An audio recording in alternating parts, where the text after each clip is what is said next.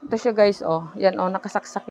For today's video guys is ngayon natin tinesting itong ating solar panel. Ngayon talaga ako nag-actual kasi kahapon is kinapos na ako sa oras.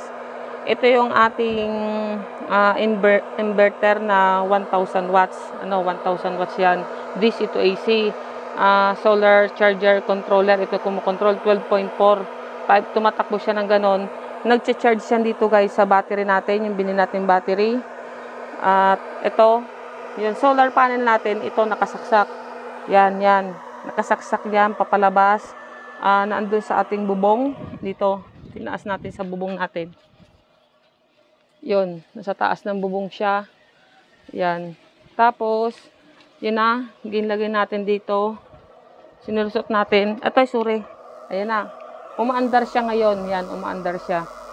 Yan na. Ngayon, sinaksakan ko guys ng electric fan. Subukan ko. Yung inaktwal ko talaga siya ngayon.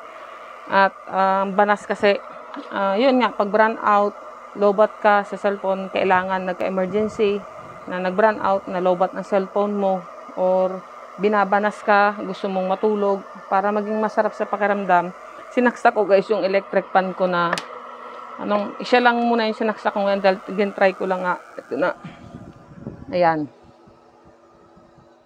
Ito siya guys, oh. Yan, oh, nakasaksak yan ha. Yan, oh, yan. Nakasaksak yan, papunta dito sa ating saksakan, dito sa solar pan natin. Ngayon, napakanabangan na natin siya. At meron pa siya guys yung akong hindi nabili, pero ngayon nagamit. Pwede naman siyang gamitin. Siguro by Friday or Thursday is darating na yung kulang natin.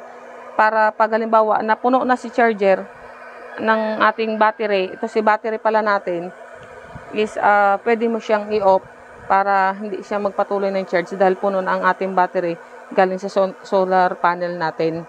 At abangan nyo yung sunod dun guys natin na updates doon sa ating idadagdag dito. At para baka gusto rin ninyo, baka gusto din ninyo is mag-DIY na kayo guys ng solar panel na maggamit. Hindi nyo na kailangan magbayad, lalo na ngayon tag-init. At mapapakanabangan ninyo ang sikat ng araw. Hindi nyo na kailangang magbayad ng kuryente, kahit magdamag kayo mag-electric fan dyan, okay lang. Sa una talaga medyo masakit sa bulsa, may kamahalan din ang ating solar, pero okay lang yan. Dahil lang iniisip natin dito is yung katagalan na magagamit natin ito, hindi lang ngayon.